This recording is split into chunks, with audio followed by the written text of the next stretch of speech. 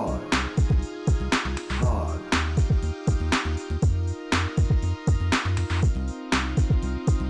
Quad. Pod.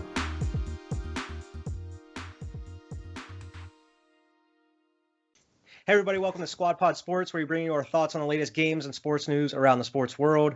Brought to you by the Sideline Sports Network. Special guest, Ryan Leitner, thank you for coming on, man. Welcome you've back. been on before. Welcome back. Of course, we're going to talk about the NBA playoffs and NHL, but we're also going to be talking about your Green Bay Packers, the Aaron Rodgers situation we've been kind of talking about past couple weeks, and of course, your Milwaukee Bucks, who are going into round 2 here. Oh, yeah. Which is pretty exciting. Can't wait.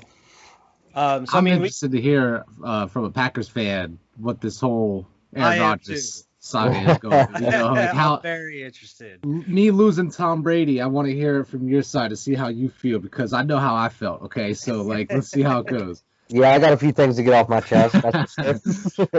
Okay. Last week, the past couple weeks, we can kind of just hop right into the NBA playoffs, which are in full effect right now. Oh, yeah. Go ahead. What's the? I know there's a couple series have ended here, Vern. What do you have? So far, I think, as of this recording, there could potentially be 5 series that are over. But as of right now, when we're recording, the only series that are done are Milwaukee beat the Heat. They swept them. That's new since the last time. Just swept them right out. They were defending championship game. They were in the finals, and now they're swept out. Knocked out in the first round. Bubble basketball. And it might be, we'll get to this, but the defending champions might be out the first round as well. But we'll get to that. Brooklyn ended up beating Boston 4-1, coming through. That trio, sweep. That trio, man. It's dangerous. Scary. It's very scary. And then Philly is up 3-1 on Washington. It could end tonight.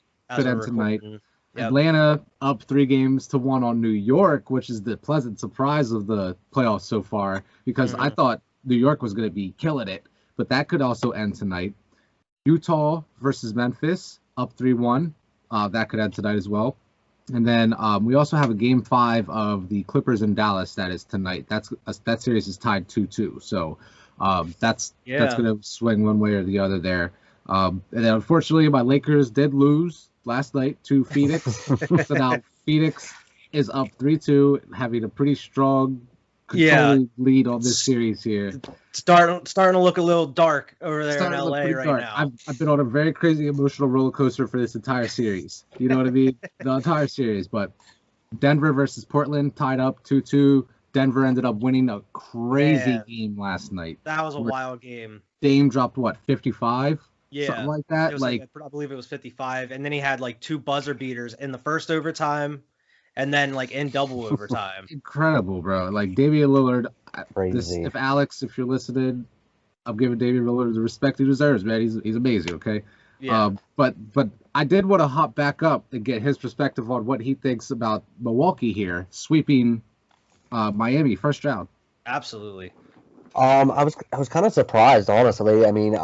After what happened last year, but like you said, bubble basketball, man. Bubble basketball is man's playoffs now. And I just kind of want to say, tell them if there are any Bucks fans out there that are watching it, you have no more reason to bitch about Chris Middleton. That man has come through, and Giannis is looking like Giannis, of course, but. This next round is going to be no cupcake. That team, the Nets, is stacked from top to bottom. That's going to be a very good series. I am looking very forward to it because I think we're going to see some damn good basketball. Well, I did see that. I did have here the Bucks. Dante DiVincenzo. He's out the season with a tendon injury in his foot, and I know he was kind of a depth player, a role player. So hopefully that doesn't affect you guys too much, with momentum. Yeah, I'm hoping not either. Dante he was a key piece, but I'm hoping that they can pick it up off the bench. I was kind of, worried about the Drew Holiday trade, because we really gave up a lot of bench depth, because in my opinion, we had the best bench in the league. Yeah. And so, but, there have been other players that have stepped up, and we'll see. I'm hoping. Yeah, you guys had a vendetta against them Heat. They did. Like you guys, like you were not taking nothing, like no chances. You just like took it to them every single Heat game. weren't even supposed to be there last year. Like that was Milwaukee's championship to win or lose. You know what I mean? So it was a surprise that Miami even got past them. So I like what Milwaukee did. You come back next year and handle business like immediately. That was nice. I called it. I was like, this is gonna be a 6-game series. Right now, it's not gonna be pretty, stuff like that. And then we're up like 3-0, and I'm like, could we sweep this? Just like I watched like all of Game 3, which I hadn't been doing the other 2 games, and I mean they are just. It looked like Miami did not deserve to be there. I mean, right. Yeah, they look terrible. They're bullying them, and this is what I was telling Alex: is Milwaukee is a team that I think will bully the shit out of Brooklyn. They really will bully Brooklyn. I think they can too. We'll see what comes of that, because Brooklyn still puts up points regardless, but they haven't really faced. I mean, it's like they played them, but like I just want to see a 7-game series of this because it's not neither of these teams are going to be swept in this next round here. No, I'm calling 7. One thing that's on the Bucks side is like they have all that momentum and they had like from the sweep and like they're already like excited to go into it. So I mean like and they have some time now, like they finished the sweep. They have some time before that round 2 for that game 1. So I mean like it seems like the momentum is on the Bucks side, but I mean you also got Kyrie, Hardin, and KD on the net. So I mean who knows what could happen. But I mean if anybody could stop them, I think it's the Bucks that can do it. Yeah, I mean, this is the only team that I'm kind of worried about on the East side. Kind of with the Knicks. I mean, I'm kind of, but I mean, as far as I know, they still have to survive, don't they? They haven't. Yeah, they're down. Yeah, they're down 3-1. Yeah. So I was scared with the Knicks, but even if they don't make it, it's still. We'll see though. Yeah, and I mean, you guys got a lot to prove too, because I mean, it's been the past couple seasons where you guys like you win a round or two and then get knocked out for some, who knows? Like last year was the Heat for some, like nobody expected the Heat to knock the Bucks out last year, but I mean, it just seems like on top of the momentum you have, you also got something to prove this year, like Giannis and the rest of the Bucks team. So I mean, you guys could do some damage here in the playoffs, man. It could be the sneaky Pete. Like, even though they shouldn't be, they should get more respect to that. They could be the team where, oh shit, they just beat Brooklyn in the second round. Like, oh, I'm Brooklyn. hoping we're the Miami this year. That's from last year. I'm hoping that we're Miami, but we take it all the way. So yeah, I mean, you might not have too much to worry about because I mean, if you guys are able to beat the Nets, the Sixers could be out by then. Yeah, like who knows what's going on? Joel Embiid apparently has a partly torn meniscus or something today. Like they announced. They say he's day to day because he's not doing surgery on it. But I mean, man, you have a lot of playoffs left, and I don't know how. Like you saw, they lost to the Wizards without Embiid. Like when he went out, they lost. So I mean, what's going to happen if they have to go to the Wizards without? To the Wizards, yeah. Right. When you got to face a tougher opponent, what are you going to do? So. I don't know. I'm with you on that. I think if the Bucks make it past the Nets, they're going to the finals. Yeah, I can see that for sure. And our head coach has kind of better hope with that because from what I've been hearing, the front office is like if you don't make a deep playoff run, Mike Budenholzer, you're out. I mean, like some Brad Stevens shit. Yeah, and that's crazy because you guys are like consistently good. Like Giannis winning MVPs, you guys go to the playoffs every year, but I mean, it's still like, all right, you can't win a chip still, you're out, I guess. But damn, that's crazy. I didn't hear anything about that though. Like they might get rid of him. Yeah, that was said like mid-year, maybe towards playoff time. But I mean, it remains to be seen. I mean, I think Budenholzer is a good coach in my opinion, but. I mean, also, like you guys have said, we've had a team that's been built to at least get to the finals just about every year for the past how many years now? Yeah, you guys have been consistent. One of the most consistent teams, I think, in the league, just for some reason, like, you're having trouble getting over that hump, like how the Celtics were for a while, too. Yeah. It's like they were contenders every year, but for some reason, they just couldn't get past, like, the second round or third round. Yep, that's just how it is. But, I mean, like I said, I look forward to this next series. When I found out, I believe it was last night, that they were playing the Nets, I was like, yes, Here we go. Yeah, That's going to be a damn good series. I'm excited for that series. I was worried we were gonna have to wait all the way to to the end, the Eastern Conference Championship, and I was like, all right, we're getting it early. Let's go, man. Yeah. And that game's Saturday, so Yes. Saturday at 7:30 is when that round starts. And we do have 2 Game 7s that day, if necessary. If the Lakers somehow win Game 6, and if Portland beats the Nuggets in Game 6, those both will be on Saturday as well. But I'm still looking forward to that game, man. Yeah, that's Yeah, going to be me a too. very good game. I'm definitely going to watch that one. Next game, Vern, I definitely want to hear your opinion, man, on what happened last night. All right, the so Lakers got what taken happened down last by them night? Suns. Yeah. What happened last night was a trouncing, an ass whooping, a push your face down in the dirt and make you eat the dirt, and then take your hand up off and say eat the dirt, and you still eat the dirt type of ass whooping last night. I didn't bro. get to watch the first. Like I was playing Resident Evil for a while, and I was like, all right, I'm done. I'm gonna turn on the game for a little bit. And I checked the score, and you guys were down by 30 at that point. And I was like, yeah, I'm not gonna watch this game. I watched it. I knew you were watching it. And it's I funny watched because it. I started playing like Madden then, and then like it was like the fourth quarter because I kept looking at the score just to like see if you guys would maybe come back or whatever. And then I just eventually saw your name pop up on PlayStation. I'm like, oh, he might have turned the game off by now. I pulled a LeBron James. I turned the game off of like 5 minutes, 6 minutes left. Like I actually turned it off before he left the arena, so I didn't get to see that live. I just saw the pictures of it where he left the bench early. But like I turned the shit off because it was still 30. I was just like, I can't even. I turned shit off, bro. And you saw I hopped on PlayStation, I laid down, turned on YouTube. I was like, I'm just going to sleep, man. I'm just going to sleep, man. Like I mean, to be honest, I know that like you had AD out, but I saw that like Caldwell Pope was going to be playing, and I was like, okay, maybe if he starts shooting his shots like Braun was telling him to, maybe they could like start making them 3-pointers and catch up. But man, Nope. I don't know what happened. Schroeder had like 0 points. Schroeder had a big old goose egg, bro. Like, and Scott, I'll hit on Schroeder a little bit more in my bias bubble. Okay, I'll talk about Schroeder a little bit more later. Okay, I'll save that for later. But as far as that game, Chris Paul was back. He was hitting threes, man. Like he was hitting some nice shots, even though he was a little hesitant at time. Like Chris Paul is a huge difference on that team, even if it's just the leadership energy that he brings. You have all these young bulls on Phoenix, because I don't want to discredit Phoenix at all. They were killing it last night. They were hitting everything. Cameron Payne was hitting threes. I don't know who that was. That must have been a different Cameron Payne than the one that was on Oklahoma and the Bulls. I don't know where this guy came from, but like apparently Cameron Payne could all of a sudden play basketball. So he's balling right now. Devin Booker showed up, which they needed. The only thing that I think we have going forward for us would be Game 6 is in LA.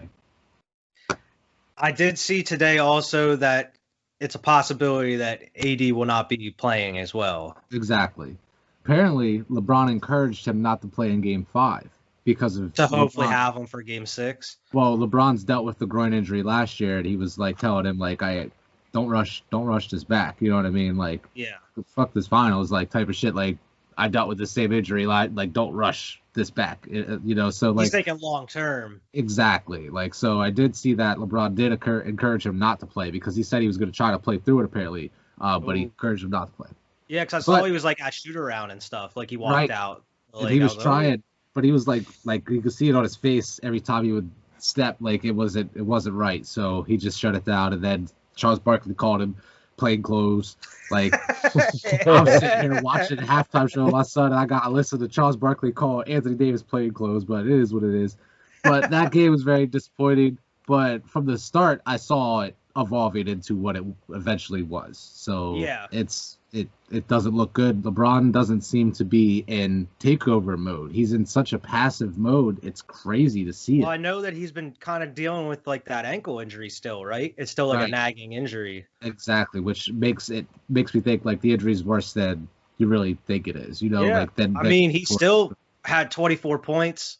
And he had some decent stats still. It's just he's not like able to, take over the game right now and be like that guy right now.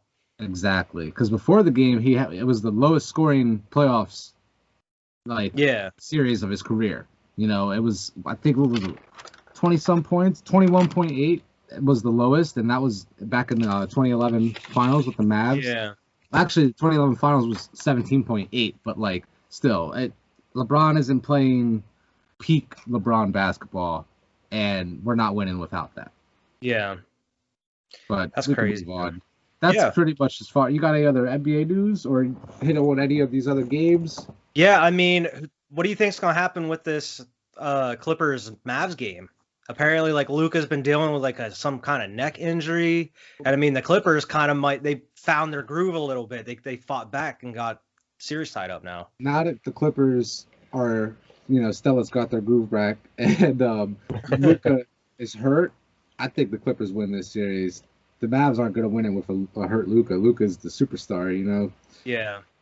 And apparently it's more injury. Outside of Giannis, Luka is my favorite player. Like I said, right outside of Giannis, he is my favorite player. I think he's going to be able to turn that franchise around, definitely, as long as he stays, which I think he will. But I think he will too. I think like another superstar there with him or something. That'd be crazy. Like Mavs give him some help. Yeah, he might be my favorite player, to be honest with you. Like the more and more, Luka is the shit, bro. Like he is so good, and I love Anthony Davis and LeBron James, obviously. But like for favorite player, it was Kobe. Kobe's been my favorite player for 20 years. Like I'm not gonna just be like, oh, LeBron's my favorite now. Like I love LeBron. Don't get me wrong, but favorite player, I might give it to Luka, man. Every time I see Luka balling, it makes me smile. It's just like he's so smooth with it. His story, the way he played and balled in Europe and then came over here, and now he's a young boy and he's balling over here. So I'm with you, man. Luka is amazing. Luka is awesome. He is. I mean, like I said, I haven't been following basketball too long, but when I started following, it was just like I watch him, and he's just like you said, he's so smooth in how he plays and also how he carries himself. He is just like, I'm out here to play basketball, not here for the drama. Like I'm just here to ball out, and I think that's awesome. Right, me too, man. Yeah, it's so crazy how, because I remember that quote he had where he was like, NBA is a lot easier than I thought it was going to be, like whenever he came into the league, because he was already playing with these grown dudes in Europe, like winning championships, and he comes into the NBA and he's just like transitioned so smoothly, and now he's balling. I mean, it's only like 2 or 3 years into the league here, but just a natural talent. Who knows what he's going to be like in like 5 years, 6 years. Like, exactly. Another one of my favorite players is Dame, and who went off last night. And it sucks that they weren't able to win that game. I know, I think it was CJ McCollum ended up stepping out of bounds and turned the ball over. Yeah. So I mean, it seemed like the rest of the team kind of let Dame down on that one last night. CJ hit some big shots at the end of the game too to even help him get in that position. He did. But you're right. Like Dame was in hero mode last night when they needed it, but he wasn't the one that lost the game for him necessarily. I mean, and it's sad to say, but I don't think Portland's going to be coming back and winning this series again. I think the Nuggets are just too good for them right now, even without what's his name? Is it Murray? Jamal Murray. Yeah. Even without him, man. I mean, the Nuggets are just so good because he's got Aaron Gordon still. Right. Got Joker. Austin Rivers, even though he's not great, he's a good piece, man. Yeah. Did you see that picture of Austin Rivers last night? Oh, he's praying. Yeah, after he missed it. Because if you look at that replay, if you actually look at the video from the picture, you could see he's just as soon as Dame misses that shot, Austin Rivers is just thank God, because and then Austin Rivers actually has a picture of that he posted on Instagram and captioned, and he explained it he could not miss. It was incredible to guard Damian. That dude is unreal. Giving Dame so much praise, but with the picture of him saying thank God that he missed. It's a great picture. Look into that shit if you get a chance. It was really cool. And man, I mean, we talked about it a little bit last week with Alex. Is man, the Trailblazers just need that organization needs to do something around Dame and something around CJ as well. They're just kind of bringing little pieces in here every year or whatever, thinking that maybe that'll work. But man, you need to bring in a nice big man, bring in a really good center or something. You guys, they need that. Cause I mean, back whenever, I don't think CJ was there, maybe, I don't remember, but whenever Aldridge was on there, they were balling. when Aldridge and Dame were there. I don't remember if CJ was there yet or not. Might have He been might Young have been. Bull. He might have been a young bull. But yeah, I think that the Trailblazers just need a really good big man, and that could just help them their chances in the playoffs. But It seems to me like with the Trailblazers, it always seems like they were always one or two pieces away from getting over that hump, and that's what was crazy to me. Like, because Dame is so loyal to Portland, he's not going to leave. Like, I wouldn't think he would, but it always just seemed like Portland front office, you guys need to figure this out because you are right there. Like, you're wasting this dude's career. Exactly. And like, it's not like it's like wishy-washy. Like, when it comes playoff time, it's Dame time, and he's balling. He's doing whatever it takes. Yeah, exactly. He's doing whatever it takes when it comes playoff time, man. And like, all you need is like one really good piece, and I feel like it shouldn't be that hard to bring somebody in to play with Dame, because I mean they're consistently in the playoffs like every year. Hey, I have nothing bad to say about Damian Lillard, even though I was arguing that I think Luka is better, but maybe not right now. Maybe right now Alex is right. Damian Lillard is better overall than Luka, you know what I mean? But that's just because Dame is a freak of nature, man. He's incredible. It's crazy. And it might also be an in the moment type of thing where Luka's hurt, and balling, where Dame just dropped 55 points last night. So we're like, oh my God, like, you know what I mean? Yeah. So I love Damian Lillard. I just think in the grand scheme of things, like you're saying, he's not going to leave Portland. There's no way he's leaving Portland. No. Yeah. They're going to have to do something for him. They got to give him more help. I agree. Is there any other games you want to cover, man? Anything else you want to talk about? I do have other news. I just didn't know if there's any other games you want to talk about. I actually had a question for Wyatt. Yeah. What did you think of the Russell Westbrook out of bounds call against the Sixers the other night? The other night, I thought he was in bounds. Like, I Me thought too. I think his heel was still up. Like, I don't think he ever stepped out of bounds. But I mean, that's just one of them calls, man. Like, you see them all the time. And I mean, like, I'm a Sixers hater at this point. The other day on Twitter, I posted that Sixers, why I had to ask. Sixers fans are the Cowboy fans of the NBA, because every year is their year. They think beating up on the worst team in the playoffs is going to solidifies them as the greatest. And I mean, and Embiid got hurt in that game, and then Washington came back and won this last game. And the fans were saying, like, complaining about, like, Washington pushing and, like, not playing fair or whatever. Like, now you guys are losing. That's whenever you're going to start complaining. Right. I seen that highlight, and I was like, you know what? The next time I'm on the show, I'm just going to ask Wyatt, just because I know he hates the Sixers. Yeah, like, I mean, it is what it is. I mean, I feel like there's those kind of calls on every team in every series, though. Like, no matter where you go. So, I mean, I wasn't too surprised. But, like, looking at it, because they played it in slow motion at the angle, I was like, that's definitely not, like, that's not out of bounds. Like it didn't look out of bounds. Very questionable. But, yeah, I mean, it is BS, though. I agree. The other news I had here, KD, Kyrie, and Hardin combined for 104 the other night. 104 points. I mean, last week we talked with Alex how they combined for, like, 83. And now they upped it to 104 for a game. And just for reference, the Lakers scored 85 points last night. And then two players on the Nets scored more than that. Like, that's wild. That is wild to me. Before the Clippers came back, the Clippers lost 5 straight playoff games, and they're the only team in 30 seasons to do that as the favorites entering every game. Whoa. As the favorites every single game, they lost 5 playoff games straight. That's a trend. I had a bet on that. That is wild.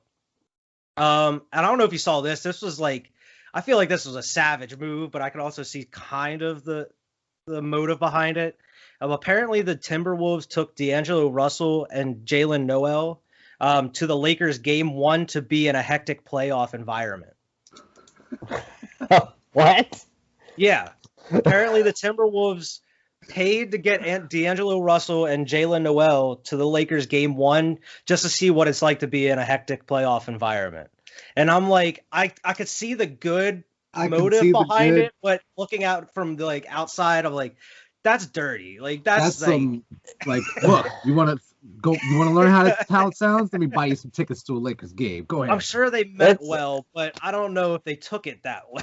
That's messed up, man. That's like a baseball pitcher, like a closer in baseball, and you just put like speakers around the mound just of the crowd like going at you. Like, yeah, you're training them for it, but when it comes to basketball and going that far, it's like, whoa. Yeah, Send them to a game. Man. You guys paid set Yeah, it to a game. This is what it's like if you were actually in the playoffs. Like front office is playing dad or something. right.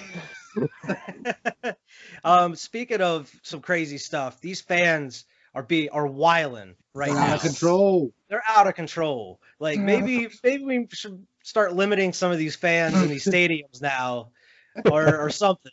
We might have to go back a step because it's getting a little too out of hand. You let Just the after people out the of the house. restrictions were lifted. You have them throwing popcorn at people. You have them throwing water bottles.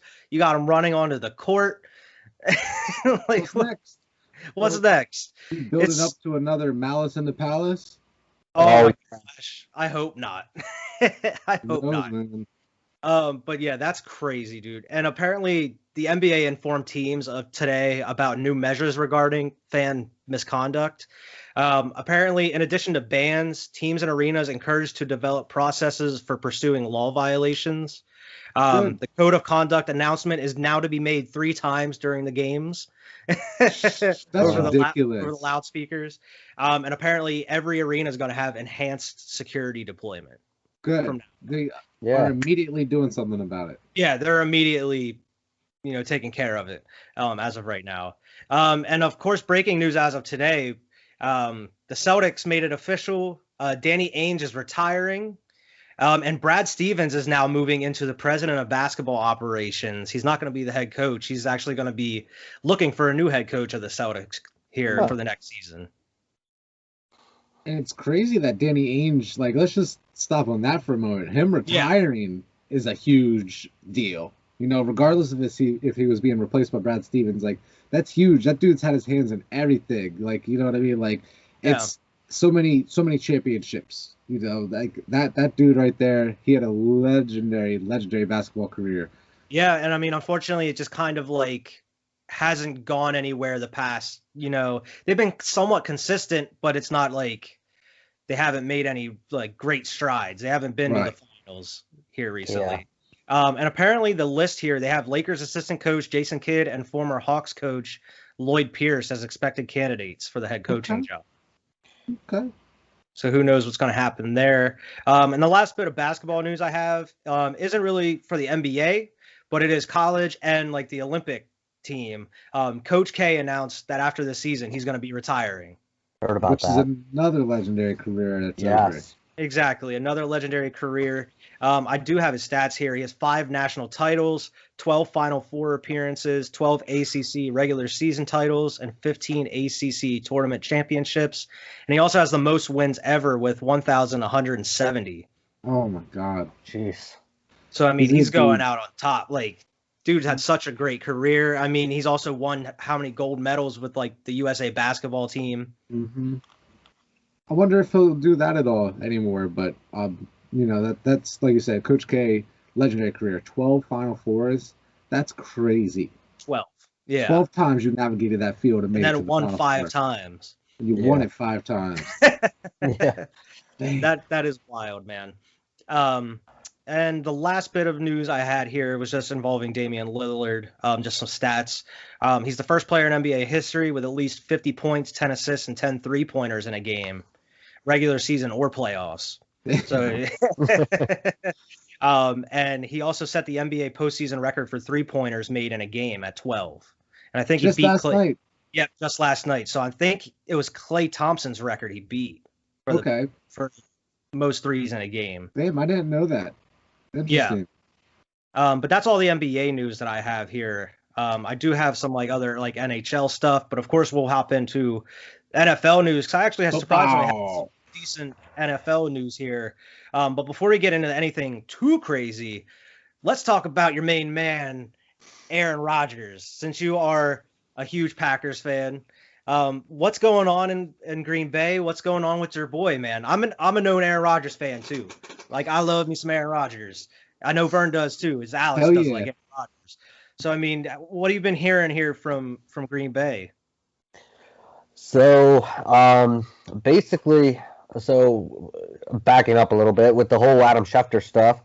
Now, I mean, that was kind of released that he said, oh, well, this was a story that's been ongoing. Well, yeah, I mean, if you're a diehard Packers fan, you knew this story was ongoing since the draft last year. We all knew Rodgers wasn't going to be happy with the pick, but so, I mean, with everything going on, I mean, I with Rodgers, I get his pain. I get, as a fan, I've watched him go to NFC Championship game after NFC Championship game, and it's just like over and over. And a lot of people have called me, oh, we were just so Aaron Rodgers biased. No, that's not the thing. Like, because honestly, if I'm being honest, Rodgers kind of lost us the NFC Championship game last year. He said on the sidelines to the defense, get me a stop. The defense got him, 2-3 stops in a row, and Rodgers couldn't do anything with it. And then wasn't it then LaFleur went for the field goal towards the end of that game? Yep, and it just, I think it's been building up. I kind of said to other people from the get-go with Rodgers, I said if he wins MVP, the reason he is doing this is to stick it to Green Bay. Like, what are you going to do now? Yeah, right. And he said that in the Kenny Mayne's final episode. I stayed up to watch it. But I knew going into it. I was like, he's not going to say anything. I know Rodgers. He's so passive aggressive, and it's he's going to avoid the questions. He has little hints, because I mean, we talked about where he said I love the players, I love the coaches, and then he just continued on. He didn't even say anything about the front office or anything like that. He's just I love the players and I love the coaches, and then just kind of moved on. But he left that front office out of there, so he's kind of just leaving little hints here and there. There is some kind of issue with the front office. Yeah, and I kind of caught on to that right away. I mean, and it's, and I believe what he says. I don't think he hates Jordan. It's more or less Jordan stuck in the situation. Exactly. And my thing is I've heard that they've given him, the money to be the most paid quarterback in the NFL. I heard that's been offered to him. He's turned that down. It's not about money. No, it really isn't. Rodgers just wants to be secure in his job. He wants to know that, he can walk away on his own terms. Kind of like how, Vernon, you said at the beginning of the podcast about Brady. Brady was able to, when his contract went out, he had the pick of the crop, as you may say. He freedom too. Yeah. Now, do I think that they're going to trade him? No, I don't. A lot of people are saying Denver. Yeah. I can see it. I honestly, it makes sense, and it really does. I mean, I've seen returns for us for 3 first-round picks, the next 3 years. Well, the problem with that is it's in the CBA that they cannot go past 3 years. They can't trade three future picks, or the Rams would not have a first-round pick until probably 2040. Yeah. But I mean, like I said, it makes sense. Tuesday is going to be the big factor. Tuesday starts mandatory mini camps. It's no longer. I saw that. Yeah. It's no longer optional and I get why people were concerned because OTAs started, last week, and Rodgers didn't show up, and it's he's never not missed an OTA. Yeah. To us, it's a big deal. He's over in Hawaii hanging out and partying and stuff. Karaoke, singing Taylor Swift. Yeah. But to us, it's a big deal because he's missing out on $500,000. That's part of his workout bonus. Yeah. The other thing is our entire wide receiver squad skipped as well. Yeah. Devontae, is that coordinated or what's going on? That's what I was thinking. I'm maybe they're kind of behind Rodgers on this. Look, you need to sign this man and make sure he gets what he wants, his job security. He's the MVP. He deserves it. Yeah. And help build around him some more. Give him some more weapons. Give him some help on defense. Whatever he needs. Ask for some input. It seems like they never ask for his input on stuff. That's the way the media wants to portray it. Is exactly. They don't kind of let his him in on what they're planning to do. Because I've seen from another source that says that actually our GM, Brian Gutekunst, Yeah. They said that he won't even take Matt LaFleur's like input on things. And so I don't know how that is, Sounds but like I mean, Howie Roseman. yeah. And so, but like you said about weapons, like one thing I don't agree with Rodgers is Rodgers wanted to keep Jake Kumaro, a couple years back. I remember that. Yeah, he wanted because to it keep was Jordy like the too. week after he like was saying how he loved playing with him and how he's such a great receiver. It was like the week after you guys like let him go, or whenever you traded him or something. And that's where I have to kind of disagree with Rodgers. Like, yeah, I know he had a good, repertoire with you, but he was nothing more than like fourth string. Yeah. That was the thing. You're kind of putting your personal relationships, when it came to your job. But I mean, as far as weapons goes, I mean, if we could find a way to trade for Julio, I don't think I would complain. But we are only $4 million under the cap. That means we are going to have to adjust. So and the thing is we want to restructure Rodgers and we want to restructure Devontae, but Devontae doesn't want to restructure unless Rodgers is on the team, and it's like, yeah, it's a mess. I always but I thought think the Rodgers situation was like Dame. Well, how we were talking about with Dame, where he's like he's so loyal and he's just like help me win so I can like help you guys. Like, come on, help me help you type of thing. Oh yeah. He's loyal. He wants to be there, but like, man, like give him every chance he can to win. Where it's like, I know what you're saying. It might have been on Rodgers, like the way they went out last year, but I mean, it just seems like it's always something like, because you guys went to 2 straight conference championships, which is like, unless you're Tom Brady and the Patriots, that's not an easy feat to do. So I mean, who knows? Not anymore. I mean, I wouldn't blame solely on Rodgers. I just like. I mean, you do got Lazard and you got like Eric Jones and Devontae, but man, if you had like another like dope wide receiver 2 or something, I don't know, like I don't know. That's where like the Jordan Love pick comes, and it's nothing against Jordan Love, but like you could have used that first rounder for like a weapon or something. Exactly, because if I remember it playing out, I mean, it's just there were. Like Rodgers said after the draft, they asked him about the pick and stuff, and he basically said he liked T. Higgins from Clemson, that eventually went to Cincinnati, but like it's there again, like why wasn't his input put in? Because they have admitted that they did not talk to Rodgers about the whole quarterback controversy. And I don't know if you guys had seen, but Alex Smith was on the Herd with Colin Cowherd a couple days ago. And he said what Green Bay is doing to Rodgers is just like absolutely inexcusable. Inexcusable, yeah. And I gotta agree with Alex, because then he asked him. He said, "Did they tell you about the Patrick Mahomes?" And he goes, "Oh yeah, multiple times." He said, "They were like, this is the direction we're thinking about going if he is here.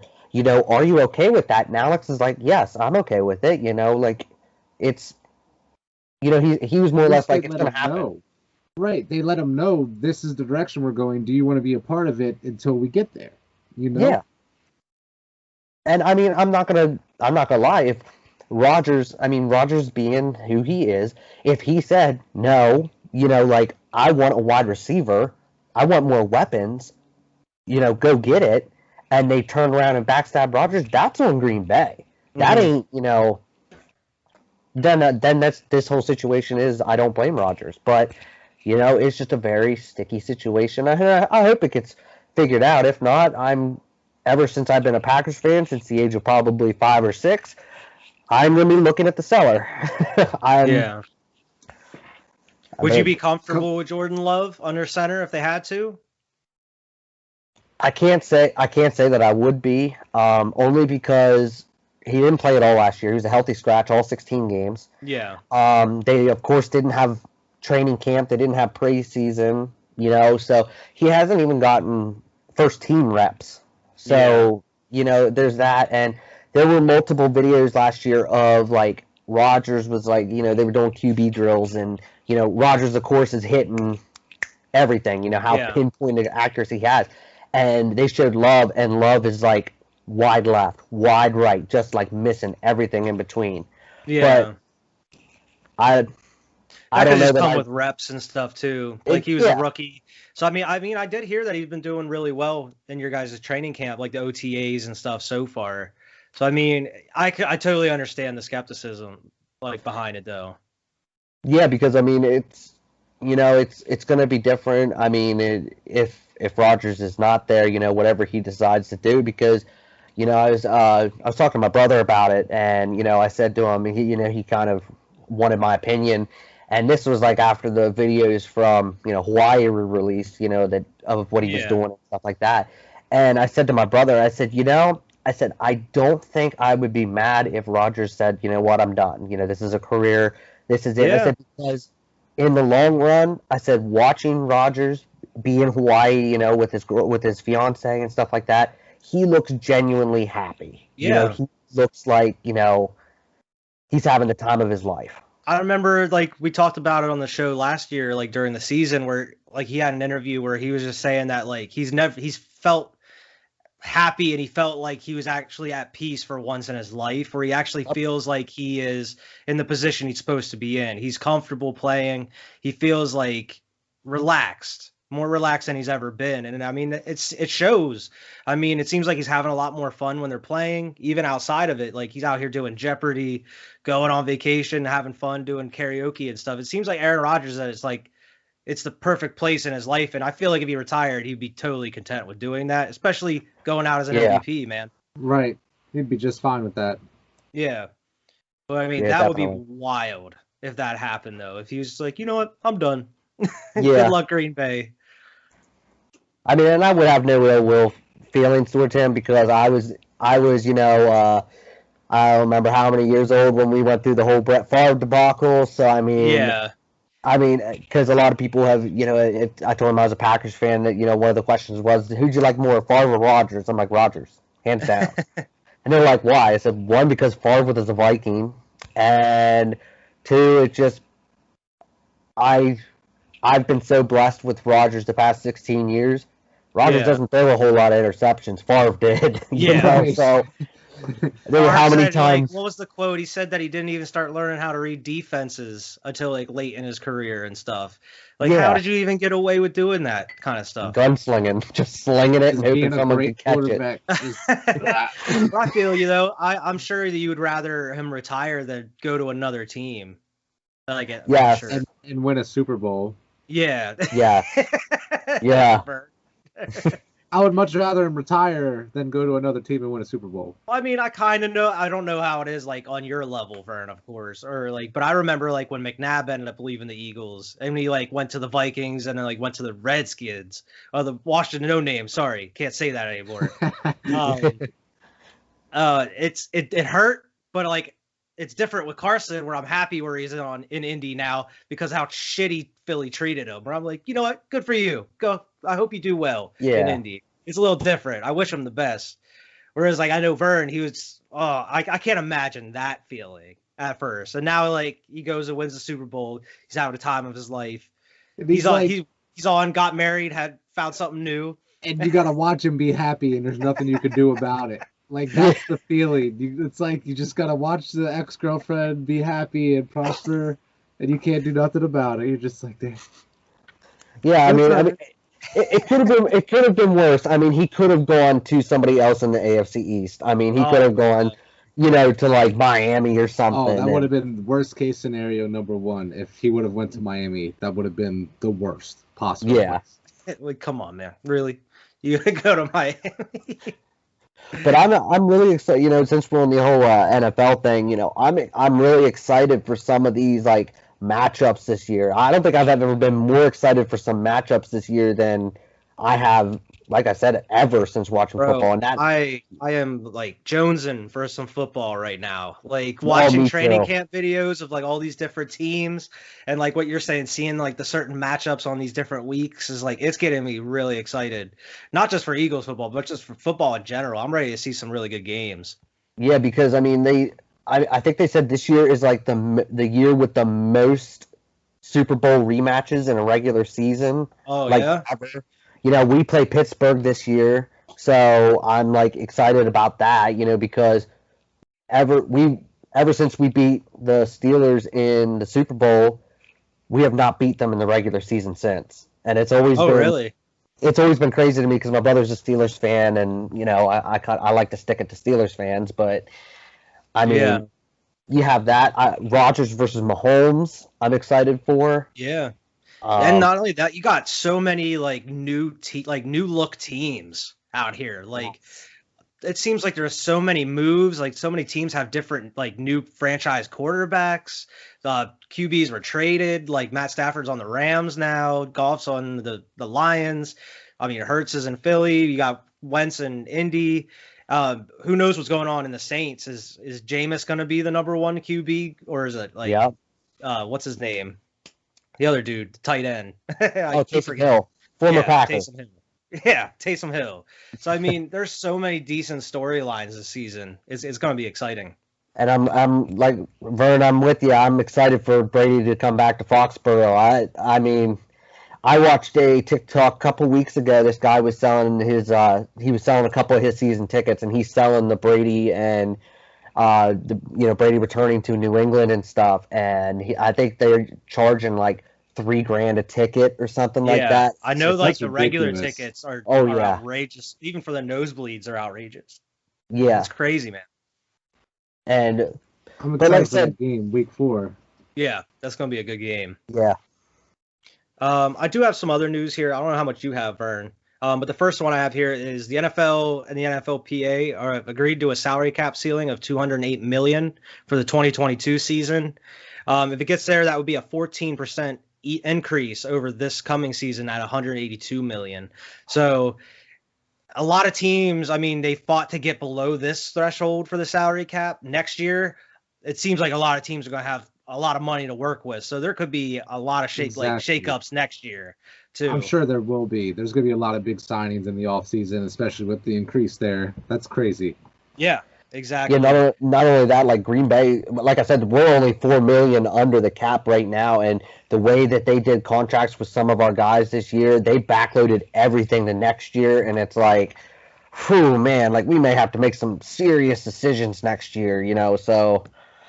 Yeah, I know how that is, man. I think the Eagles are only like 4 or 5 mil under right now, but I mean, pending the Zach Ertz trade, I saw like with all that off the books, we could have like 15 mil under the cap that we can work with. And then next season, we have finally Carson's contract's going to be off the books, so that's an extra 30 something mil added to that. Yeah. So I think next year we'll have a lot of money to work with, hopefully. So who knows?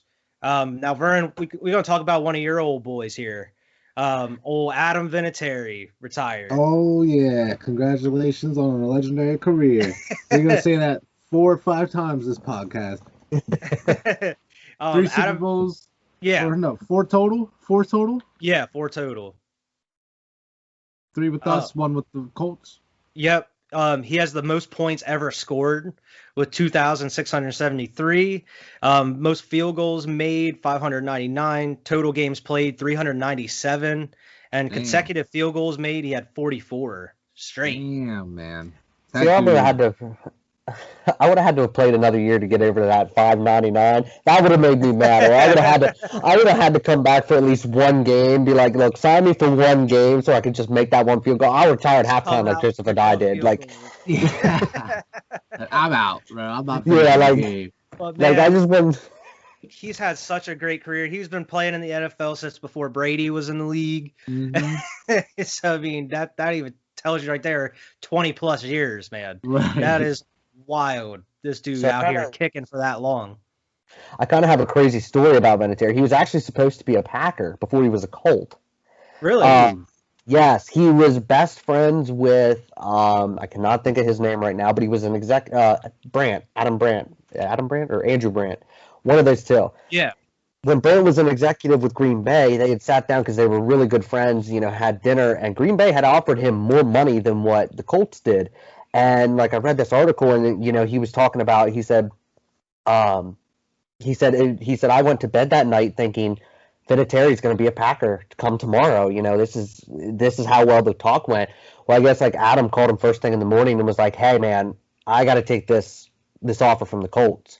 You know, it's less money and stuff like that. He said, I know I can prolong my career playing in a dome. He said, instead of being up in the freezing cold. I just That thought makes sense.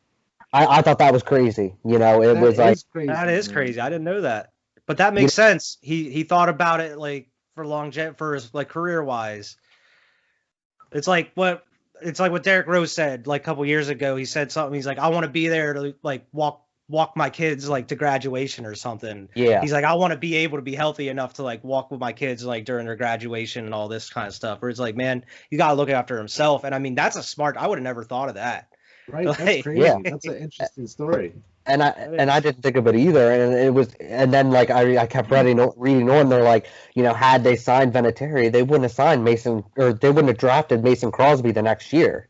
Right. You know, in 2007. So the domino effect there, you know, Right. and if he would have went to Green Bay, maybe Pat McAfee's career pans out a little bit differently. You know what I mean? So Yeah. like, who knows there? Like that's very interesting. that is very interesting. Do you have anything, Vern? Yeah. For As far NFL? as the NFL, Yeah. apparently they're looking for 18 games by 2025. Yeah. Ooh. So I mean, we haven't even gotten started to the 17 game season not yet, and now they're like, all right, we're shooting for 18 games. Shooting now. for 18 games, guys. Be ready. 19 weeks of the football season. Like, whoa. We didn't even play 17 yet. These players are already mad about that. You know what I mean? Yeah. But hey, whatever. More football for the fans. That's always good for the fans, but not necessarily good for the players. So like, that's a interesting line to walk there.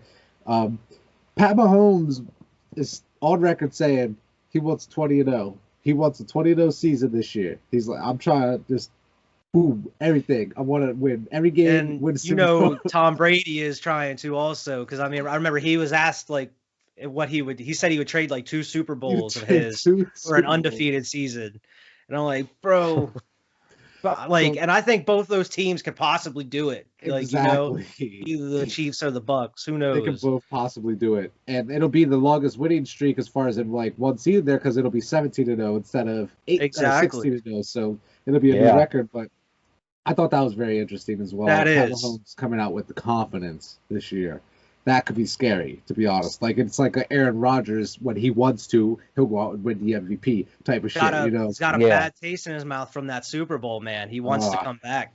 But speaking of Pat Mahomes, CBS released their top 100 NFL players, and Yeah. I just jotted down the top 10 here. I'm going to just start at 10 and go down here. Josh Allen, number 10. Okay. Myles Garrett, number 9. Russell Wilson, number 8. Devontae Adams, number 7. Woo. It's about time we got some recognition for that man. That's all I gotta say about that. Number 7, dude. Like, Yeah. so that's great. And then TJ Watt, number 6. Travis Kelce, number 5. Tom Brady, number 4. That asshole. And then Aaron Rodgers, number 3. So you had 2 Packers in the top 10. All right with that. I thought right. about that, and I was like, I'm definitely bringing this list up on the pod here, especially with you on here. Yeah. 2 Packers in the top 10 there. And then the next 2 are very easy. Aaron Donald and Pat Mahomes, as far as number 2 and number 1. So Yeah. I just thought that was pretty cool. Yeah, definitely. Piggybacking onto your list, I have a list here. Fox NFL released the top selling NFL jerseys so far going into the season. Number 1, Tim Tebow Tim is the Tebow. number 1 jersey. Oh, come Now- on. They do have like multiple like number 1 and number 2 are Tebow. They have the green and then the black one's number 2. So technically it's the top 2 selling jerseys in the league right now. Justin Fields is at number 3 already. He's at number 3 and 4 because he got like the blue jersey, the orange jersey. Awesome. Actually, 3, 4, 5 because the white jersey is at number 5. Nice. And then you got Tom Brady at number 6. This old motherfucker. Number 7 is Harris from the Steelers. Number Okay. 8 is Justin Herbert. Number 9 is Pat Mahomes. Number 10 is Wow. Aaron Rodgers. Then you Wow. got Devontae Smith at 11. Mm-hmm. Tom Brady again at 12. God damn it. Jalen Hurts, surprisingly, at number 13. The resurgence Um, there. And then you got Trevor Lawrence and Joe Burrow at 14 and 15. Okay, very interesting. Like a lot of young bulls. A lot Yes. of young. Like they didn't even name Justin Fields the starter yet, and like these Bear fans out here buying all the jerseys for him But already. see, like, it's three Buckeye fans here. I know that, Vernon's like, I don't give a crap. He's in the NFC. Wyatt's over here like, oh yeah, we'll like face him maybe, a couple years down the road. But no, I gotta watch him play us twice a year, every year. Mhm. And that draft pick, I was so happy for Justin, but it was so bittersweet. I was like, why on New England? Why? That's kind of how I felt too. I felt like it was very bittersweet and like a little bit more for me personally because I thought he was going to land with us. But I felt like if he wasn't going with us, why Chicago, man? That's where quarterbacks go to die type of like, it just, I really hope he succeeds. I hope just because, like you said, the Buckeyes, like go Buckeyes. I want to see a Buckeye quarterback kill it in this league. I would love to see that. I think Fields can do it too. I think he can, man. But it was definitely bittersweet seeing it. Like happy for him, because but the Bears. yeah, there's just been this stigma, of Buckeye quarterbacks coming into the league and just falling flat, and it's Exactly. I want him to succeed, but I don't against Green Bay. So, like, you go out and tear up Minnesota and Detroit, just leave us alone. Like, just, have subpar games, maybe like 1 or 2 interceptions, throw like the same amount of touchdowns, only like 250 yards. Like, Get some good fantasy stats because I might draft you, but yeah, like, I mean, But lose I the game. consider. The next bit of news here I have is apparently Jay-Z might be purchasing a stake in the Washington football team. he's So just trying to Jay-Z buy might be everything. part owner of an NFL team here soon. He's trying to buy cool. everything. Right. That shit's crazy. Right. But hey, if I had Jay-Z type of money, I'd be trying to look at everything too. Like, what am I gonna do Look with at all all this sorts money? of investments. The Lions defensive tackle Joel Heath suffered a torn ACL in OTAs, which is rough, man. He's going to be out looking like the whole season pretty much Man, already. that And it's sucks. it's not even like 2 months before the season. I hate Like hearing we're not about even that. in the mandatory minicamp yet. Apparently Todd Gurley visited with Detroit. Might be Okay. reuniting with Jared Goff over there. I haven't seen any notes of a signing yet. Apparently he was there visiting though. Okay. But man, Todd Gurley really fell off after Good. leaving the Rams, man. The reason I say why is because they're like, now Detroit's starting to turn into the Eagles, man. They got so many freaking running backs, they ain't gonna know what to do. I mean, I know they just released Kerryon Johnson, but He like scooped him. they just drafted DeAndre Swift. Yeah. They signed Jamal Williams from Green Bay. Yes, he was our number 2, but he was a solid number 2 and was a great feeling for Aaron Jones when he was Jamal hurt. Williams is the shit. He is awesome. He is. He is really But good. I mean, as much as I'll miss him, kind of going a little off track, but as much as I miss him, this kid AJ Dillon, I'm telling you, man, watch out. Yeah. Quad father is coming. Dude, I saw that picture of him that came out. Dude, his quads are so jacked. Like they're like big. another Saquon. Yeah. Yeah. It looks like even more toned than what Holy Saquon shit. was, bro. It looks like freakish.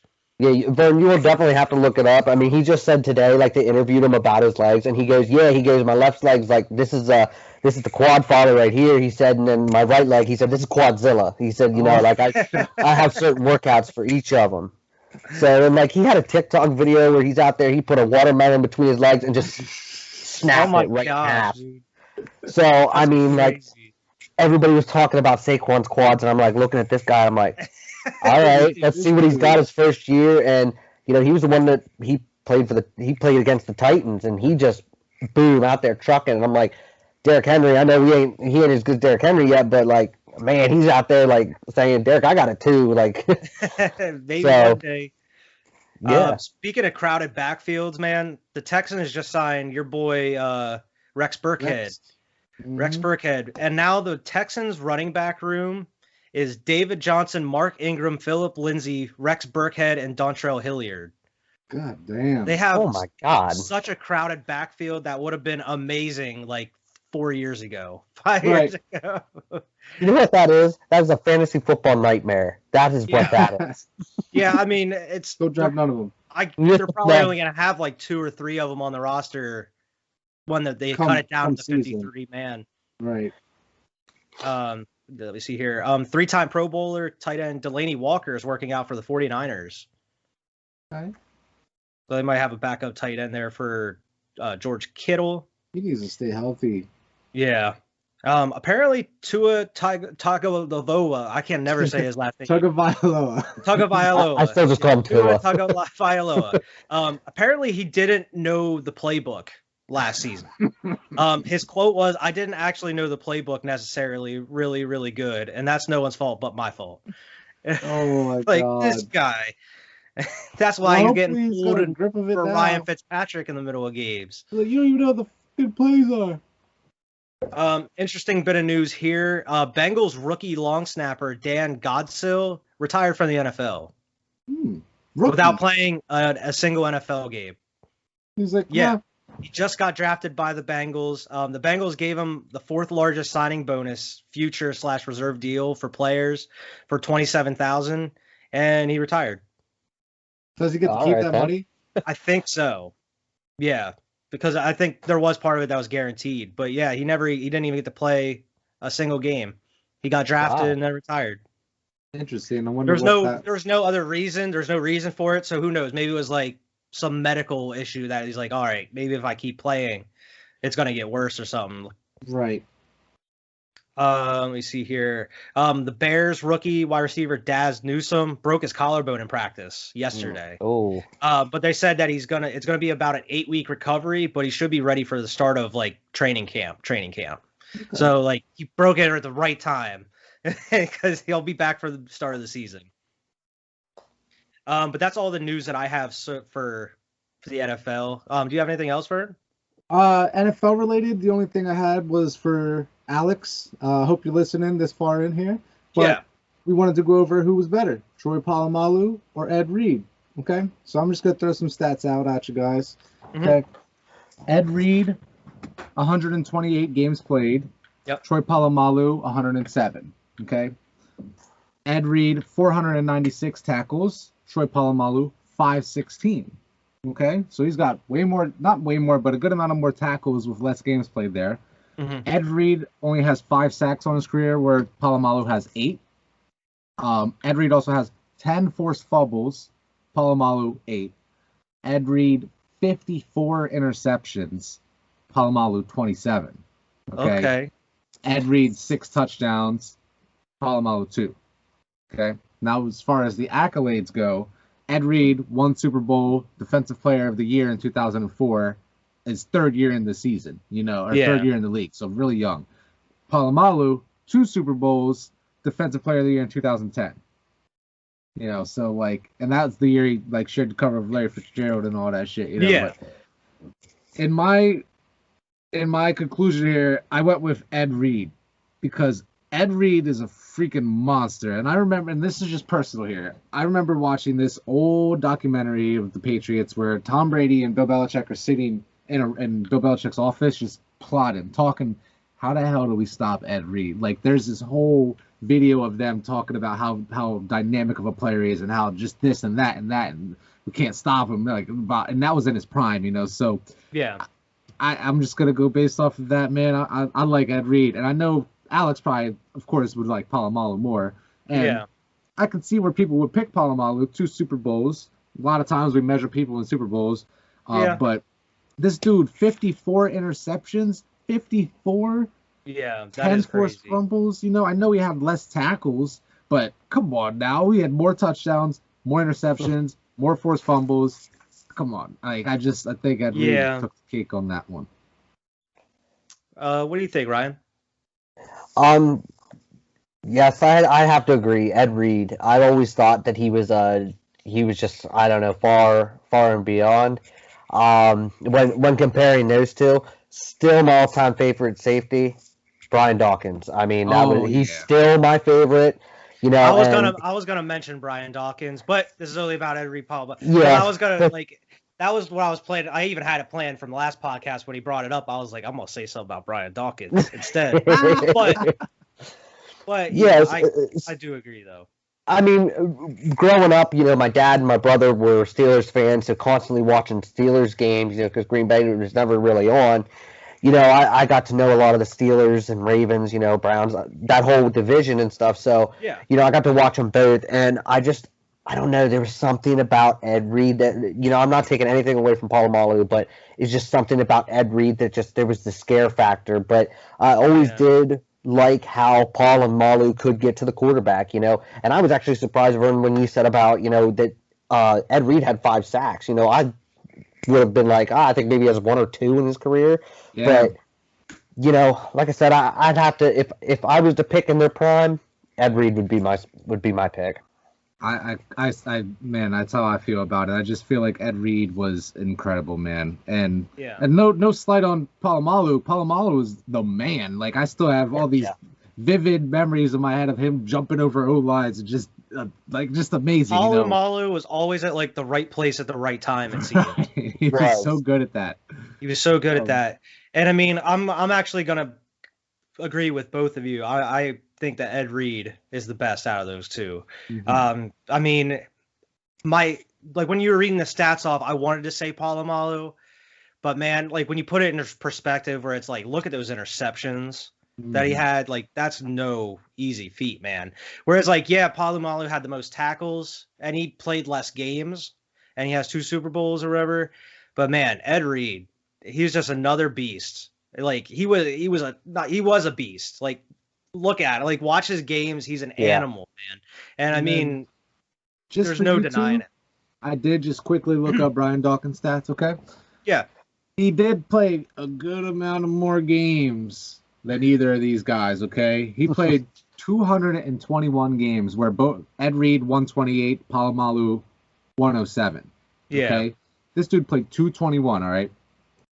1,147 tackles. Okay, so he damn near doubled both of their tackles. 26 sacks in his career. Yeah. 36 forced fumbles. Yeah. 37 interceptions, which is still a little bit less than Ed Reed even. You know, but like that shit's crazy. No Super Bowls as a player. He won one because he was in the front office with the Eagles when they won. But yeah, he doesn't have any Super Bowls, but man, I think you have to add him in the conversation of top. You do. Top safety. Absolutely. So man, because that was my plan, man. Brian Dawkins I wore his jersey the other week. He's one of my all-time favorite Eagles players. If I didn't wear my Reggie White jersey last week, I was gonna wear it this week for you, Ryan, because I know he played on the Packers. He actually went and won a Super Bowl with y'all. But and he's also remembered every time. It's like how Peyton is, where they always show Peyton in like the Broncos jerseys now, whenever they show him on, like, and how it's probably going to be in Tom Brady's future, where they're going to show him in Tampa Bay Buccaneers when they talk about him. Every time they show like Reggie White, they always show him in a Packers uniform, and I'm like, this goddamn Eagle. Like he had a majority of his stats and everything with the Eagles. Like, he was a baller, but he's mostly remembered for going and like wrecking shit with your Packers and winning the Super Bowl. Yeah. But man, I actually cannot think of a Packers player that I was like, that should be us. I mean, recently it was kind of Taysom Hill the other year when they were really using him, and I was like, I didn't want them to cut him, and they cut him, and now look at us. But yeah, with Reggie White, I've always seen him in, like the Packers. It's always been, Minister of Defense, that type of, stuff. So, but, even I've tried to get even a Reggie White Funko Pop, and it's still in Eagles. I can't find it in Packers. So that's what I'm talking you got about. that one, Wyatt. Wyatt's having about that at least.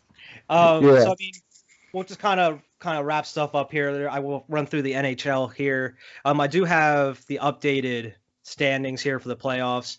We're in round 2 of the NHL playoffs right now. Bruins and Islanders are tied 1-1 as of right now. The Lightning are up 2-0 on the Hurricanes. Man, Lightning, defending champs, they're wrecking shit right now. They're trying to run it back.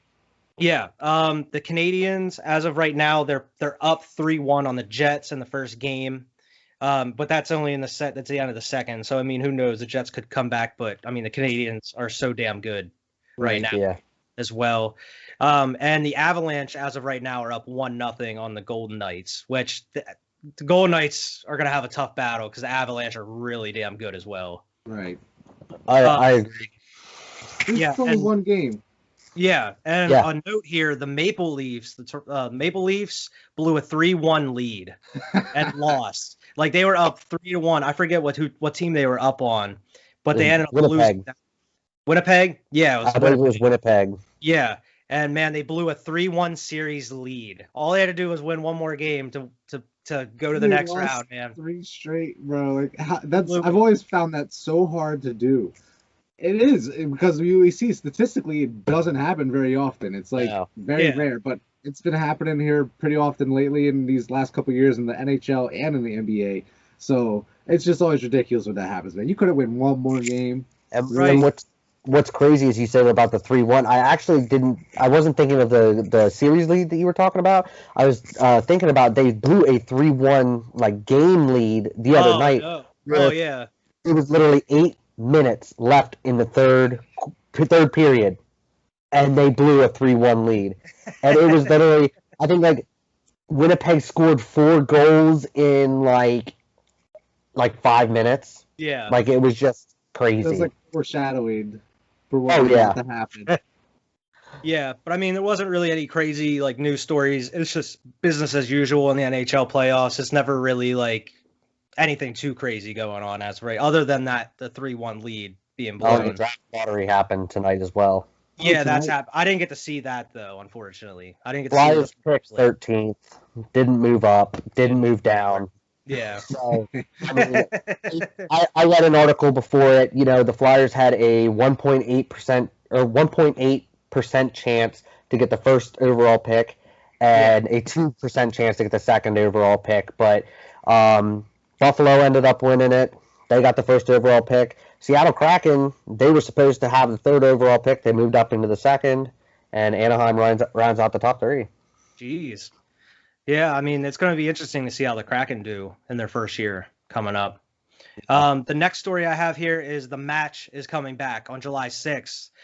We got Tom Brady and Phil Mickelson against Bryson DeChambeau and Aaron Rodgers. Mm-hmm. Let's go. No Peyton this year. I don't really like golf, but I may just watch this one thing, you know. Aaron Rodgers there. Yeah, just be done with it. Just because it's Brady and Rodgers, like, let's go. Right, just to see, that rivalry there. I mean, they're already talking trash back and forth. I know, like, Tom Brady went, like, that day that it was announced, Tom Brady was just posting meme after meme after meme on Twitter about, like, Aaron Rodgers and how they shouldn't have kicked the field goal or whatever. Like, dude, Tom Brady's a savage on Twiter now. And then Aaron Rodgers posted that video. Yeah, the video of the Star Wars. Right. Yeah. He basically compared him to the dark side. So. Yeah. But that's all the main news I have here. We can just wrap it up here with the bias bubbles quick. I don't know what all that you have, Vern. And then the crazy sports stat fact of the podcast. As far as my bias bubble for the Lakers, we did hit on a lot of this throughout the podcast here. Some things I do have is AD is getting better day by day. The groin is feeling better for everything every day. So it is still potential that he could play for us Game 6. I just don't know how likely that is. Or what he's going to be like if he does play. Right, exactly. So when this airs, that'll be later on tonight type of thing, But the Lakers are probably very excited that Dennis Schroeder declined that $84 million contract that we offered him. Yeah. I was thinking about that today. Like, Schroeder is just so frustrating because he's all or nothing. He's either ball hog or 0 points. So I'm really tired of it, and I don't think he can support an offense by himself. And he's not good enough to be, like, I was reading this article today, they were saying he's not good enough to justify him getting the 30% workload where he strives in a workload where he's getting the ball all the time, where the offense runs through him. He's not necessarily good enough to carry it to even be in that position.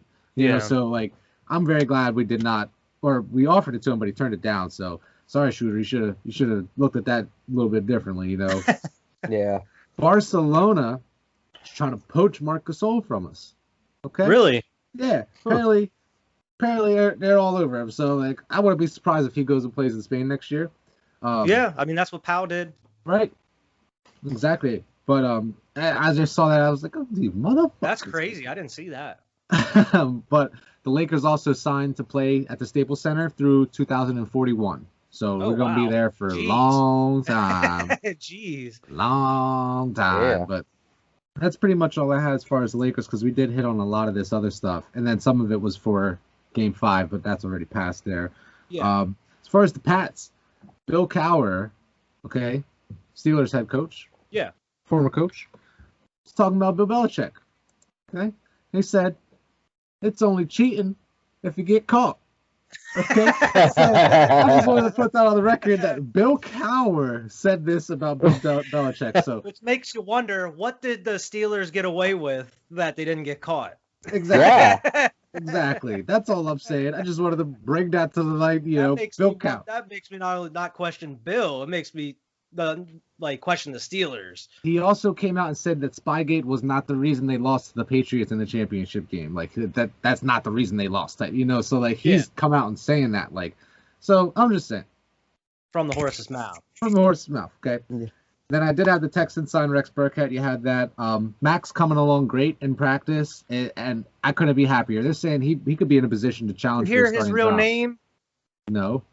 His last name's like McQuinkle. It's like Mac McCrinkle or some crazy shit like that. Way. And it's like Mac Jones they like go with. But apparently his last name was like, you're gonna have to look it up. They've been talking about it on McAfee for like the past couple days. It's like something crazy. It's like Mac McQuinkle or something. That's hilarious, man. I did not know that. What it reminds me that, did you know Julio Jones' real name? Yes.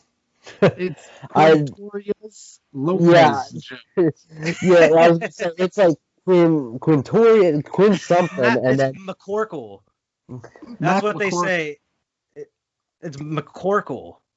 Oh, it's an origins of his middle name. Sorry, it's Mac McCorkle Jones. But apparently people call him like McCorkle, like by like just a nickname, McCorkle. I might just start calling him McCorkle. That's very interesting. And I'm like, they should just put McCorkle on the back of his jersey. I was gonna say, Vern, if you don't get a McCorkle Patriots jersey, like only the real fans will know. Yeah, because like the fair weather fans be like, who's that? And you're like, and especially if he keeps his jersey number of 50, they'll be like, is that like a lineman or? Right. Be like, if you don't know, you don't know, man. Get out. Get out of here. You don't deserve to know. You don't deserve to know. But and then only other thing I had here was Hunter Henry was talking about how the culture in New England fits him perfectly. The way they're just work. Like he likes it, and that's. We already know it's very public. Some players don't like New England culture. Some players do. And I'm glad Hunter Henry is one that's, okay, this is what I'm comfortable with. You know what I mean? Like, so I'm very glad to hear that. I hope him and Jonnu Smith have a big year. That's awesome, man. That's all the Patriots news I had here. Okay. I just had some quick Eagles things here. Apparently Greg Ward said that him, Devontae Smith, Jalen Hurts, and Darius Slay have been staying after practice to work on things and talk football. Which apparently Darius Slay has came out and said that he's helping like Devontae Smith and the receivers like with everything. Like he wants them to learn defenses. He wants to like kind of help them get better. And he also said that Devontae Smith is helping keep him better at the same time. Right.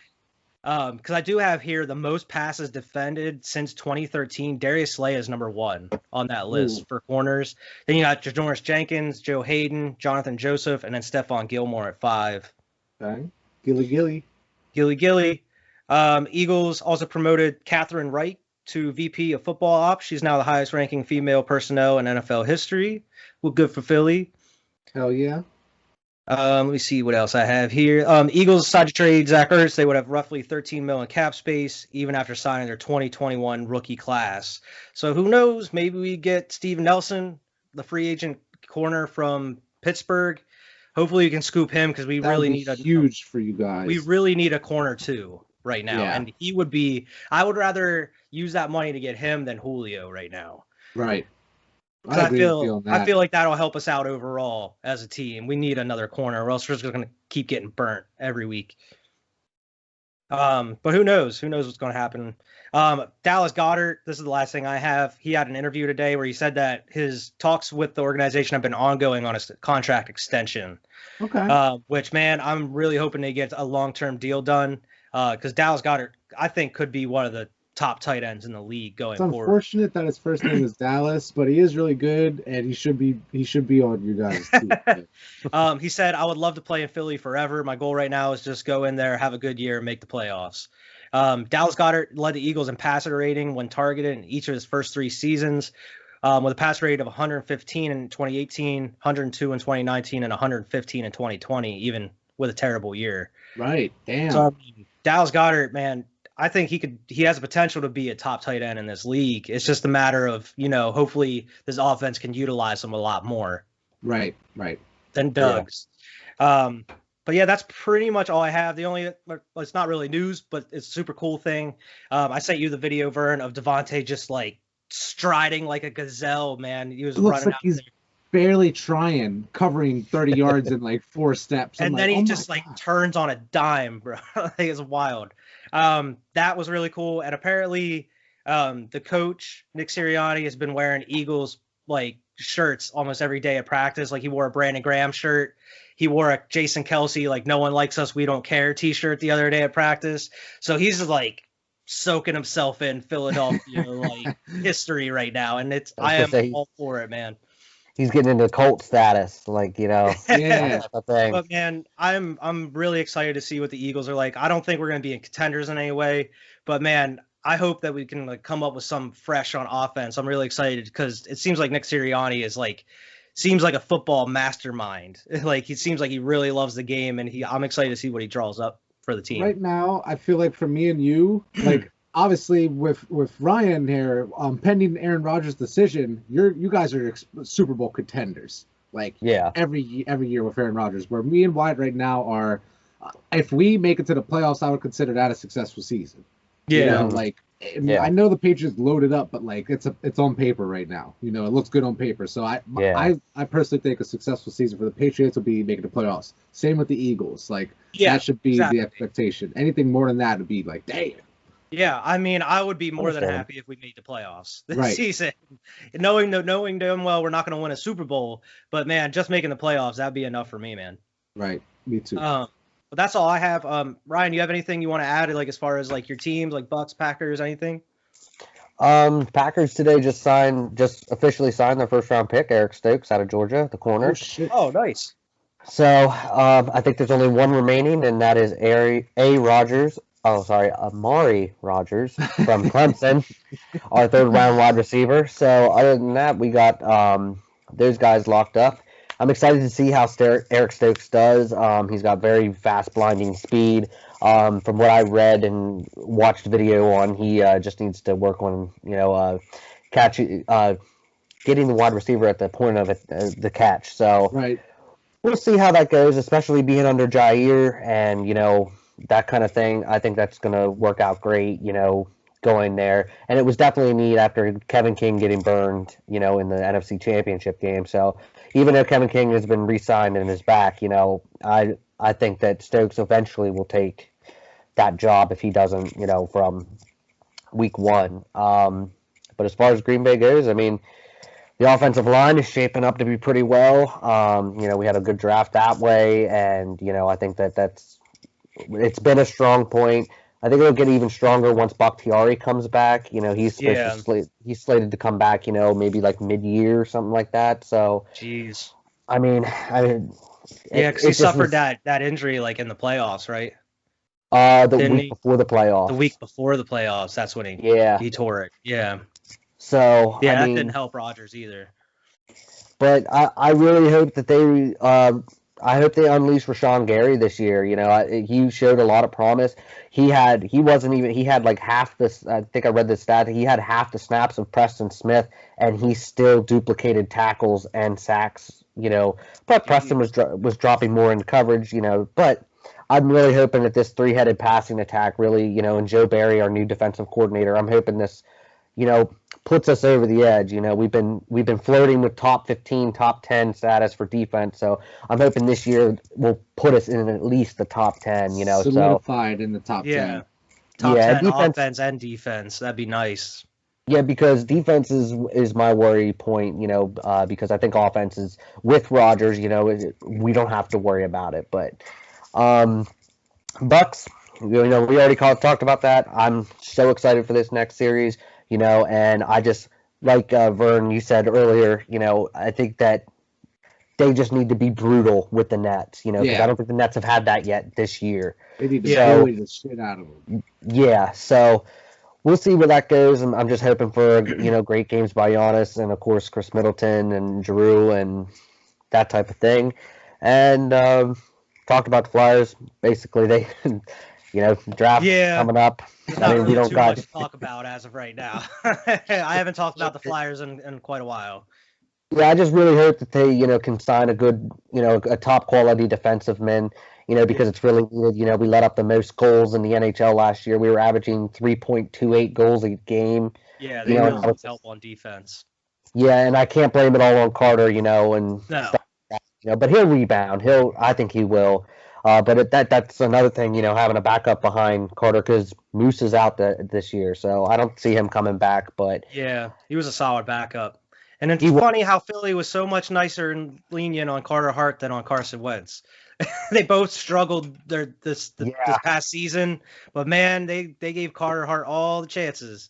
But it's all right. It's two different sports. It's understandable. Yeah, definitely. And my brother told me, as I'm a new Philadelphia Flyers fan, because I just started liking the Flyers, a few years ago, probably 5 years ago. But he told me, he's like, you got to get used to this. This is how it is in Philly. You suck one game, you're supposed to be out of here, And yeah, that's how it is, man. And every Philly sport, it's just that's how it is. But the only other team news I have is my Mets are actually over 500. I'm very happy about that. Leading the division, I think after today's game we won. We have a 4-game lead over Atlanta. This division has been very disappointing because we are the only team over 500 right now. We are 27-20, and the rest of the division is not even. They're 2 or 3 games back from being 500, but yeah, we've been playing great. DeGrom being the GOAT, he is just tearing it up, and I'm really excited. Now they really made me mad last night because I did a FanDuel Sports, one of my rare FanDuel Sports parlays, and I had. We know about those, man. We want to know all about them damn parlays all the time. A five parlay where I had Billy McKinney get a hit. He got a hit. I had Stroman striking out more than 5. He struck out 6. I had the first and the second inning were going to be a draw, and the 5th one was the money line. I had the Mets winning. The Mets were winning 4-0 going into the 6th inning, and the final score was 6-5 Arizona after 10 innings. That is so it almost makes me feel like there's somebody working specifically against you, because I can't tell you how many times me and Wyatt have had that same thing. We have 5-6 leg parlays rolling, and they're all hitting. They're all hitting, and it'll be you have it from the 12 o'clock shit that's going on all the way until the 10:30 games that are going. They're all hitting throughout the day. You're feeling great. And that last game, every time, bro, I don't get it. Or the last leg. I had one bet in, not even a parlay in last night, and it was Andre Drummond, your boy, to get 2+ assists. All he needed to get was 2 assists. It was ridiculous odds. I bet $4. I could have won 52. And I was just for him to get 2 assists. Couldn't get 2 assists. I lost the bet. I was you serious? Are you serious? This dude couldn't get 2 assists. So yeah, that's I was there's no way I can lose this. I bet I think I bet what I had left in FanDuel from all my free money and stuff that I've won. I have not bet since the NFC Championship game. So I bet a whole whopping $13.54 on this 5-leg parlay, and my payout would have been $202.58. Oh, and I watched the end of the game, and how it happened was crazy. It was the bottom of the 10th, and the ball was hit, And like even me seeing it on TV and being such a big baseball lover, I was like, foul ball, down the first baseline. No, they called it fair. And I was like, no, are you kidding me? This is going to score the winning run. And it did. And they replayed it, and they were like, oh, we might call this back. No chalk came up. It was right beside the line, but you couldn't tell. And they're like, I'm like, I may have a chance to save this parlay on an umpire. And then they come back, and they're like, fair ball. And I'm like, oh, yeah. Of course it is. I think this dude Ryan got a bet in. We gotta call this. Yeah, because I mean they had the headsets on and everything, and I'm sure they were in there, and they're like, "Look, we got a fan. Like we may lose out on $200 here. We're taking his $13.54, but like I'm not trying to give out $200. We can't let this happen." Yeah, because like this man can't win. He can't have any happiness when it comes to this. So I'm like, nope, I'm done till football. You know. That's it for my bias bubble. Word. So we'll just hop right into the last thing here is the crazy sports stat fact of the podcast. I have one about the GOAT himself, Tom Brady. Thomas Wayne Brady. Tom Brady has a higher percentage of winning the Super Bowl than Steph Curry does of making a three-pointer. I've actually brought that up on this podcast before. Did you? I couldn't remember if you did or not. Okay, then I'll give you another one since you have. Okay. I'll give you another one. Can we talk about that for a second? Yeah. This man has a higher chance of making it to the Super Bowl at the end of the year than Steph Curry to shoot a three-pointer, the greatest three-point shooter of all time. I'm just saying, that's wild to me. Like that is wild. I feel like Tom Brady is a made-up character. You know what I mean? in a Madden game. In a Madden game, and God is creating. Like just that, it's just ridiculous to me. Yeah. Like there's no way this one man has 7 Super Bowls. It doesn't God's make been sense. Playing as Tom Brady for 20 years, he's like, you know what? I'm just going to go to Tampa Bay. I'm going to switch things up this season. Make it interesting. What else you got, though? It's just something super small here. Can you guess who holds the record for the longest golf putt ever made on camera? Jack Nicklaus. Nope. Ryan, you got to guess? It's Shooter somebody McGavin. Shooter McGavin. No. In fact, I have no clue. In fact, it was Michael Phelps. Oh, what? He has the longest recorded putt ever on camera with 53 yards, which equals 159 feet. Holy shit, man. He has the longest recorded putt on camera. It wasn't in like a tour, I guess. I couldn't find any more information, but apparently it was like just the longest recorded on camera. Right. I don't know if it was like some celebrity tournament or what, but man, that's great. Wild. Michael Phelps, he out here winning in the pool and winning on the course. Do it all, man.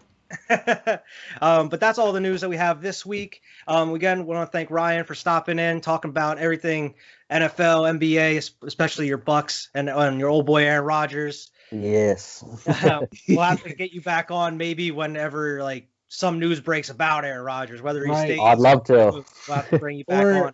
Or as the Bucks keep going through the playoffs here. Exactly. You know? Or if the Bucks make a deep run, man, maybe you win a chip this year. Who knows? That'd be Either way, crazy. we'll have to bring you back on, man. It's always a good time having you here. Good. Thanks for having me, guys. And, I appreciate it. I love it every time I'm on here, because I don't get to talk sports a whole lot. So it's definitely an honor, and thank you very much. Absolutely, Yeah, no problem, man. We're glad to have you.